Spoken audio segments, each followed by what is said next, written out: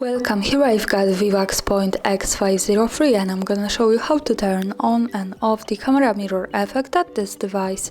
So let's start by tapping on the camera button here to open it, and for now we are in the standard photo mode with the back camera. To get access to the mirror effect we have to change back camera to the front one. Let's do it by tapping on this button in the right corner. So hi again, and now let's just simply slide to the right so we get access to the advanced camera settings. From here we have to slide down a little bit, and here we have mirror reflection option. By using this button we can easily turn it off and another tap to turn it on again, like that as we need. And that's all, thanks for watching, subscribe our channel and leave the thumbs up.